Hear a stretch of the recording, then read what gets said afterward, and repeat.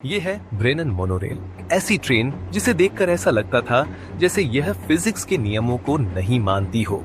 ये ट्रेन सिर्फ एक पटरी पर पूरी तरह संतुलन बनाए रखती थी और बिना किसी ड्राइवर के खुद ही मोड़ पर झुक जाती थी। ये कोई कल्पना नहीं बल्कि 1910 में इसके आविष्कारक लुईस ब्रेनन ने इसे जनता के सामने पेश किया था। इस वीडियो में हम यह समझेंगे कि इसके पीछे का आइडिया क्या था और यह सिर्फ एक टायर पे कैसे चल पाती थी। और सबसे बड़ा सवाल, अगर ये इतनी कमाल की थी तो आज हमें कहीं क्यों नहीं दिखती।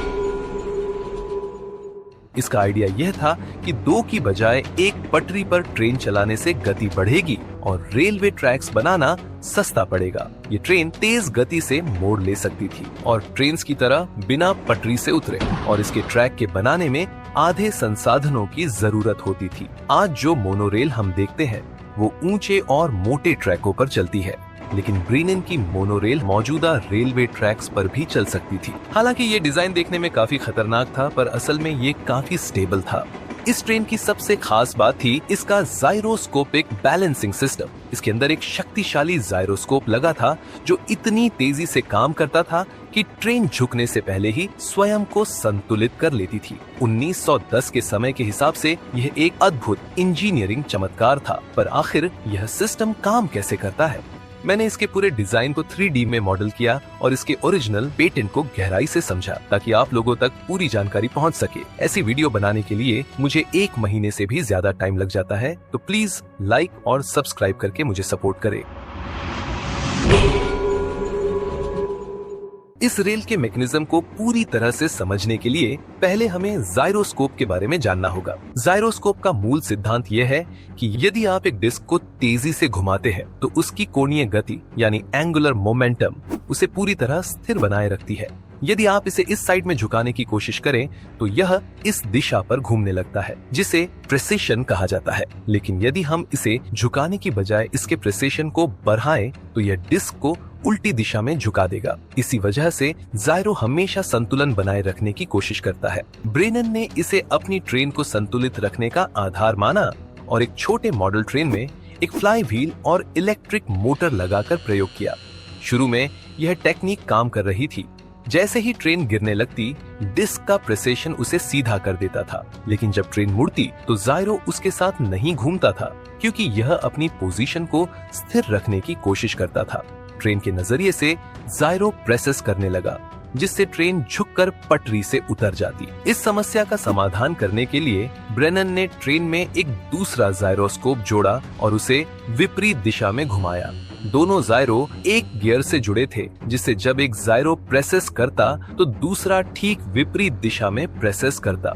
जब ट्रेन मोड़ लेती तो दोनों जायरो अपनी दिशा स्थिर रखने की कोशिश करते, लेकिन ऐसा संभव नहीं था। इसलिए दोनों जायरो ट्रेन के साथ घूमने को मजबूर हो जाते और इससे अनवांटेड प्रेसिशन आपस में कैंसिल हो जाता। ये प्रॉब्लम सॉल्व करने के बाद ब्रेनन ने एक फुल साइज का प्रोटोटाइप तैयार करना शुरू किया, जिसमें असली यात्री सफर कर सके। ये 12 मीटर लंबा और 22 टन भारी वाहन था, जिसमें 2 विशाल जायरोस्कोप 3500 आरपीएम की गति से घूमते थे। लेकिन जब डिजाइन का आकार बढ़ाया गया तो एक नई समस्या सामने आई।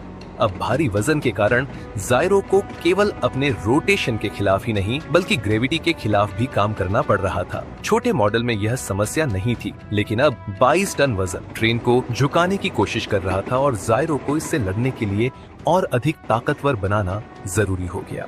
इसे अपने ही वजन को हराना था, जो लगातार गाड़ी को गिराने की कोशिश कर रहा था।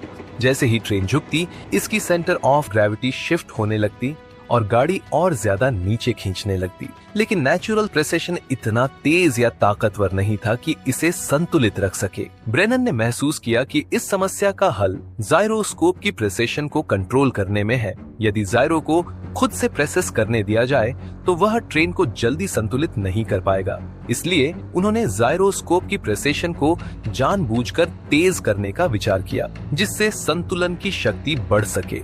उन्होंने जायरो को एक पेट्रोल इंजन से जोड़ा और फ्रिक्शन को कम करने के लिए इन्हें वैक्यूम सील्ड केसिंग में रखा और ये भी सुनिश्चित किया कि अगर पावर सप्लाई बंद भी हो जाए तो भी जायरो 30 मिनट तक घूमते रहते और ट्रेन को गिरने से बचाते। ब्रेनन ने जायरो को एक ऐसे गिम्बल पर रखा जो ट्रेन के झुकाव के साथ घूम सके। जायरो के एक्सल को गाइड प्लेट्स के बीच रखा गया था जो ट्रेन के चैसी से जुड़ी थी। जब ट्रेन झुकती तो जायरो के एक्सल प्लेट से टकराते और यह तेजी से प्रेसेस करने लगते, जिससे पूरी ट्रेन वापस संतुलित हो जाती। लेकिन एक और समस्या यह थी कि वाइब्रेशन के कारण जायरो गाइड प्लेट से उछलने लगे, जिससे ट्रेन को बैलेंस करने वाली ताकत समान रूप से नहीं मिल पा रही थी। इस समस्या को हल करने के लिए ब्रेनन ने गाइड प्लेट्स को हटा दिया और एक बेहतर समाधान तैयार किया। उन्होंने जायरो को ट्रेन के चैसी से चिपका के जोड़ दिया ताकि वो ट्रेन के साथ ही घूमे। जब ट्रेन झुकती तो जायरो नेचुरल रूप से प्रेसेस करने लगते। दाईं ओर के जायरो का एक्सल एक एक्चुएटर रॉड से जुड़ा था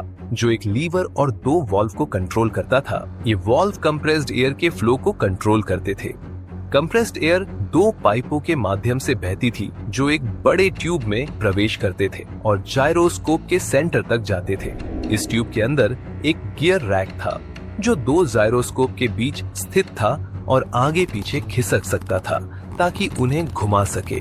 जब ट्रेन झुकती तो जायरोस्कोप प्रेसेस करने लगते और एक एक्चुएटर आर्म वॉल्व को एक्टिवेट कर देता। एक वॉल्व बंद होते ही हवा दूसरी पाइप के जरिए जायरो के सेंटर में लगे ट्यूब के एक साइड से प्रवेश करती। इससे प्रेशर इंक्रीज होता और गियर रैक उल्टी दिशा में खिसक जाता और जायरो को विपरीत दिशा में प्रेसेस करने के लिए मजबूर करता जब तक कि ट्रेन वापस संतुलन में नहीं आ जाती।